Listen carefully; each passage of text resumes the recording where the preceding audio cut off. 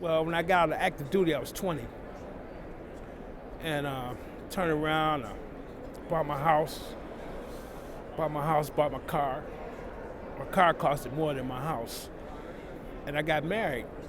Got married to my first wife. She died of cancer. But I was young and turned around. When I came back into the world, Mary Young was in office. And turned around to survive, I was dabbling in drugs. I was still drinking. I came out. I didn't come out addicted to heroin, but I was doing cocaine before I left. And so I did have a monkey on my back. And by me working at GM, I started off at $6.76 an hour, the Willow Run plant. And we jumped from $6.76 an hour to $12 an hour. Back then it was 78. That was a lot of money. And you working 12 hours. And I thought I was God, man. Turned around, brand new car. Here I am, 20 years old, brand new car, drinking, partying every day. I mean, my habit increased.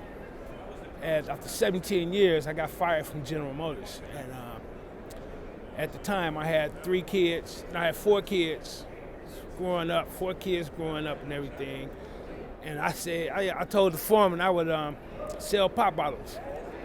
I sell pop bottles for a living, And what came about was from 96 to on, selling drugs, turning around, catching odd jobs, driving high-low for different companies and everything, but still using and abusing, Finally, my wife left me, and I kept my oldest son, and me and him on our own. I'm staying by myself.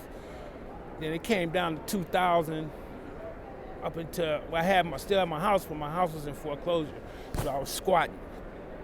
And everything, and turned around. When I got to the rescue mission, that was in 2012. It took 2012 to get there. When I got there, and I was towed down from the floor up and everything. And my son, he was grown then, living on his own, but I was by myself, scrapping. I was one of the original ones that started scrapping in the city when the city started going down. And, that's how I made my money, Had a little pickup truck and turned around, catching refrigerators off the street, collecting pop bottles and everything. But I never knew, and it would come time to be 1-2 weeks, I would take a bath, and turn around, had water was stopped up, sinks were stopped up, so I had a water hose running from outside into the toilet and everything. That's how I wash up, get my bucket, heat my water up. I had a hot plate, heated up and everything, and I was living good. I thought I was living good. Didn't have to worry the world. Every day I was making money. So it came about. I had to look in the mirror and turn around. I had went to jail for driving without license. I'm sitting up in there, and I said, no, I can't do no jail.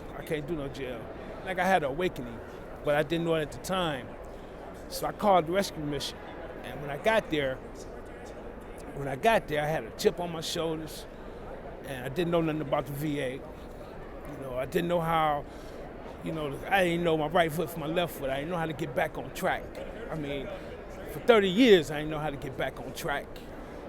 I couldn't adjust to the situation that I was an alcoholic, that I was a dope, that I was a drug addict.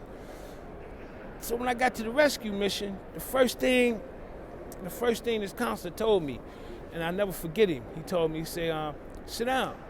I sat down, he said, what you want to do? I said, I don't know, you tell me. He said, I can't tell you nothing, I can't tell you nothing what to do. And then he told me, you your own man, you dictate what you want to do. Instead of him telling me what I had to do or sit down or I was on quarantine or something like that, they didn't come at me that way.